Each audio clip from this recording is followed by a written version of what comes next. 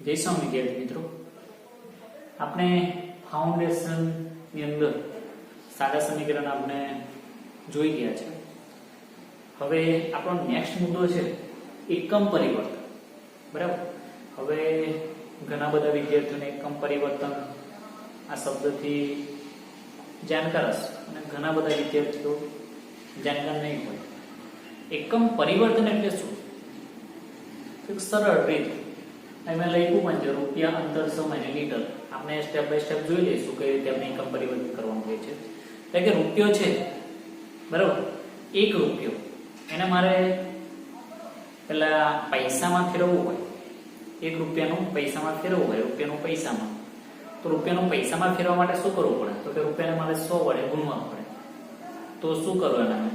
તો કે 100 વડે ગુણો એટલે પૈસામાં ફેરવાઈ જાય. બરાબર છે. એના આપણે ઉદાહરણ જોઈશું કે કઈ રીતે આપણે એકમ પરિવર્તન આપણે કરવાના છે. તો એની આગળ આપણે કયા કયા મુદ્દા જોવાના છે જોઈ લઈએ. રૂપિયા અંદરને આપણે કઈ રીતે? તો કે મીટરમાંથી કિલોમીટર, સૌથી નાનો mm હોય મિલીમીટર, મિલીમીટરમાંથી સેન્ટીમીટર, સેન્ટીમીટરમાંથી મીટર, બરાબર છે, મીટરથી કિલોમીટર, બરાબર. એટલે આપણે એકમ જોઈશું. સમયનું શું છે? તો કે કલાક, પછી સેકન્ડ, કલાક પછી મિનિટ, મિનિટ પછી સેકન્ડ. તો એનો આપણે જોવાના છે. લીટરમાં શું? મિલીલીટર, બરાબર છે. મિલીલીટર પછી લીટર આવે, બરાબર. પછી વજન શું છે? વજનનો આપણે સૌથી વધારે ઉપયોગ કરીએ છીએ, બરાબર છે. એક તો ગ્રામ, પછી મિલીગ્રામ પણ, મિલીગ્રામ, ગ્રામ, પછી શું આવશે આગળ? કિલોગ્રામ, પછી મણ, ક્વિન્ટલ. આ બધા એના એકમ છે વજનના, બરાબર છે. જેવું આપણે કામ, ધારો કે આપણે અત્યારે દુકાને જવું હોય તો દુકાને જઈને આપણે બટાકા લેવા, તો આપણે બટાકા લેવા હોય તો આપણે તમારે ઘર માટે બટાકા લેવા તો તમે કિલો, 2 કિલો, 5 કિલો, 10 કિલો લો. પછી એવું ના કહો કે 2 ક્વિન્ટલ આપો, 3 ક્વિન્ટલ આપો, બરાબર છે. ક્વિન્ટલ પણ આપણે જોવાના છે, કેટલા ક્વિન્ટલ બરાબર કેટલા મણ બરાબર કેટલા કિલો, બરાબર. કિલો બરાબર કેટલા ગ્રામ, એ પણ આપણે જોવાના છે. આપણે આજે રૂપિયાની ચર્ચા કરીશું, બરાબર છે. રૂપિયાની ચર્ચા કરીશું તો રૂપિયા વિશે આપણે પહેલા માહિતી લઈએ કે એક રૂપિયો હોય તો રૂપિયાને આપણે પૈસામાં ફેરવાય તો 1 રૂપિયો બરાબર કેટલા પૈસા થાય? તો કે 100 પૈસા, બરાબર છે. ચલો, હવે તમે, મને ખબર નહીં કે તમે 50 પૈસાનો સિક્કો જોયો છે કે નહીં જોયો.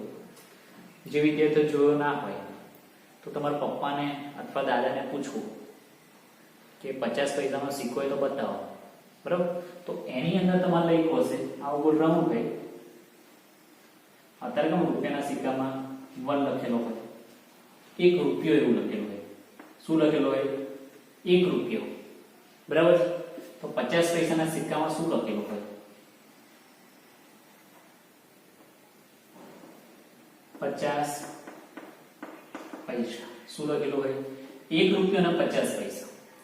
હવે જે વિદ્યાર્થીને ખબર ના હોય કે રૂપિયો અને પૈસાનો તફાવત શું છે, તો જો તે વિદ્યાર્થીને 50 પૈસાનો સિક્કો મળ્યો અને ઘરે જઈને કીધું કે મને 50 રૂપિયા મળ્યા છે, તો બધા શું કરશે?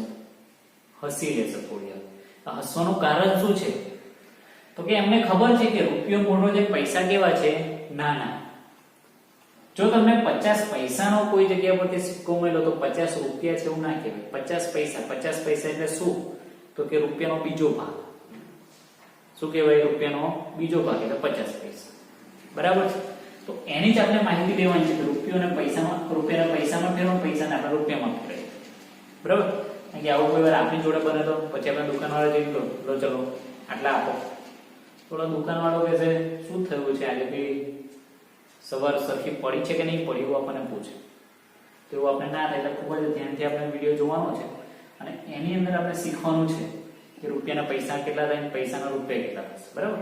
સૌથી પહેલા આપણે રૂપિયાના પૈસા, ધારો કે મેં તમને કહું કે 10 રૂપિયા છે. શું છે? 10 રૂપિયા બરાબર ખાલી જગ્યા પૈસા. ચલો 10 રૂપિયા બરાબર કેટલા પૈસા થશે? બરાબર છે. તો જે વિદ્યાર્થીઓને ખબર હોય પોતાની જાતે ગણી લેવાનું, પછી આપણે જે વિદ્યાર્થી ખબર નથી ત્યારે ધ્યાન આપવાનું છે. બરાબર છે. ચલો 10 રૂપિયા બરાબર ખાલી જગ્યા પૈસા. હવે તમને ખબર છે કે 1 રૂપિયો બરાબર 100 પૈસા થાય. શું છે? 1 રૂપિયો બરાબર 100 પૈસા થાય. હવે 100 પૈસા થાય તો આપણે શું? તો કે 10 ગુણ્યા 100 બરાબર કેટલા થશે? 10 ગુણ્યા 100 1000. તો જવાબ કેટલો આવશે આપનો? 1000 પૈસા થાય. કેટલા થશે? 1000 પૈસા. ચલો હવે બીજો દાખલો. 15 રૂપિયા બરાબર ખાલી જગ્યા પૈસા. 15 રૂપિયા બરાબર ખાલી જગ્યા પૈસા હોય તો હવે તો ખબર પડી જ ગઈ છે કે આપણે રૂપિયાના પૈસામાં કઈ રીતે ફેરવવાનું. જે પણ રૂપિયા આપ્યા એને 100 જોડે ગુણી કાઢવાનું. બરાબર. ચલો 15 ગુણ્યા 100 બરાબર કેટલા થશે?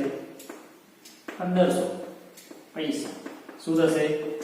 1500 પૈસા. બરાબર છે. હવે તમને ખબર પડી ગઈ છે. અથવા આનાથી વિશેષ ને કઈ દાખલો આપું તમને. ચલો 3 રૂપિયા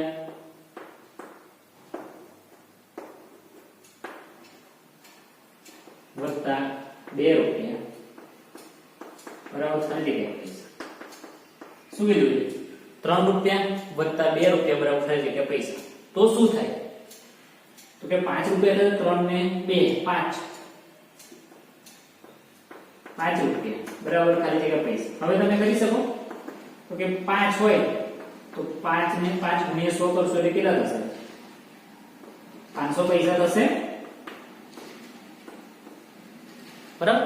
હવે તમને ગમે તે વસ્તુ આપણે તારીખથી કરાય, પણ જો હવે ખૂબ જ અગત્યની વસ્તુ છે, આપણે ધ્યાન રાખવાનું છે. આ તો મેં તમને રૂપિયા અને પૈસા. હવે આની જગ્યા પર મેં તમને એવું આપું કે 5 રૂપિયા વત્તા 75 પૈસા બરાબર ખાલી જગ્યા પૈસા. તો તમે શું કરશો? તો પછી તમારે એવું નહીં કરવાનું કે 5 રૂપિયા વત્તા 75 એટલે 80 કેટલા થયા? 80 રૂપિયા. 80 ને પછી 100 જોડે ગુણશો એટલે કેટલા થશે? 8000. 8000 પૈસા. આ કેવો દાખલો છે તમારો? ખોટો દાખલો છે. આપણે સૌથી પહેલા જ્યારે પણ સરવાળો કરવો હોય, બાદબાકી કરવી હોય, ગમે તે વસ્તુ કરવી હોય તો તમારે એકમ ચેક કરવું અનિવાર્ય છે. એકમ કમ ચેક કરો. હવે સૌથી પહેલા તો એકમ કોને કહેવાય છે જોયો. જે પણ સંખ્યા આપી એની પાછળ કોઈ વસ્તુ લખી હોય. તમે જ્યારે પણ ક્ષેત્રફળ શોધો એટલે સેન્ટીમીટર અથવા મીટર આપ્યું હોય તમને, બરાબર છે, તો એ એનો એકમ કહેવાય. હવે આની અંદર જ્યારે પણ તમે શોધો તો તમારે એકમ સરખો છે કે અલગ છે આપણે જોવાનું છે. અહીં એકમ કેવો છે? તો કે અહીં કેવો છે? જુદો એકમ છે. કેવો છે? જુદો એકમ. એક રૂપિયા છે અને બીજું પૈસા છે. હવે જો આપણો જુદો એકમ હોય તો એનો સરવાળો થાય નહીં. આ દાખલાને તમે કઈ રીતે ગણશો? તો કે 5 રૂપિયા વત્તા 75 પૈસા. 5 રૂપિયા વત્તા 75 પૈસા. તો હવે આ તો પૈસામાં છે જ. આને આપણે શું કરવાનું? પૈસામાં ફેરવી દેવાનું. શું કરવાનું છે? પૈસામાં ફેરવી દેવાનું. ચલો 5 રૂપિયાને આપણે 75 પૈસા, તો 5 રૂપિયાના પૈસામાં ફેરવશું કેટલા થશે? 500 પૈસા વત્તા 75 પૈસા બરાબર કેટલા પૈસા થશે કુલ? 575 પૈસા. બરાબર છે. તો હવે જો આપણે જ્યારે સરવાળો બાદબાકી બધું શીખતા હતા, આપણે સરળ રીતે ખાલી સંખ્યા આપણે લખતા હતા અને આપણે સરવાળો બાદબાકી કરતા હતા. હવે તમને ખબર પડી ગઈ હશે કે આ પૈસાનો મારે જો સરવાળો કરવો હોય તો મારે શું કરવું પડે? તો કે પહેલા એના એકમ સરખા કરવા પડે. અને જો એકમ સરખા કરવા હોય, શું હોય? એકમ સરખા કરવા હોય તો મારે પહેલા શીખવું તો પડશે ને એકમ સરખા કરાય કોને? બરાબર. કઈ રીતે કરાશે તો આપણે શીખવું પડશે ને. તો ખૂબ જ અગત્યનો આપણો મુદ્દો છે ફાઉન્ડેશનની અંદર. તો ખાસ દરેક વિદ્યાર્થી ધ્યાનથી જોવાનું છે. બરાબર છે. ચલો પૈસાનું રૂપિયાનું તમે પૈસામાં ફેરવી લીધો છે.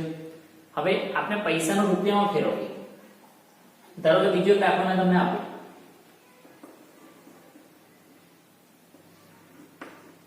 800 પૈસા વત્તા 100 પૈસા વત્તા 1 રૂપિયો બરાબર ખાલી જગ્યા રૂપિયો. બધાનો આપણે સરવાળો કરશું ત્યારે આપણે જવાબ કયો મળશે? અને જવાબ આપણે શેમાં જોઈએ છે? તો કે રૂપિયામાં. હવે રૂપિયામાં જવાબ જો કયો શું આપ્યું છે? તો કે આ પૈસામાં આપ્યું છે, આ પૈસામાં આપ્યું છે, આ પૈસામાં આપ્યું છે અને આ રૂપિયામાં આપ્યું છે. આને તો ફેરવાની જરૂર છે ને. 800 પૈસા ને 100 પૈસાને આપણે ફેરવાની જરૂર છે, તો બંનેનો આપણે સરવાળો કરી દઈએ. 800 ને 100 કેટલા થશે? 900 પૈસા થશે વત્તા 1 રૂપિયો. હવે તમને જો ખબર હોય ડાયરેક્ટ જ કે ચલો ભાઈ 900 પૈસા છે તો એને રૂપિયામાં કન્વર્ટ કરશું કેટલા થશે? તો કે સિમ્પલ છે, 9 રૂપિયા બરાબર 900 પૈસા થાય, તો 900 પૈસા બરાબર 9 રૂપિયા થશે. કેટલા થશે? 9 રૂપિયા. તો કે 9 રૂપિયા વત્તા 1 રૂપિયો બરાબર કેટલા થશે? 10 રૂપિયા. તો આપણો જવાબ કેટલા આવ્યા? 10 રૂપિયા. બરાબર છે? બધા વિદ્યાર્થીઓને ખબર પડી ગઈ.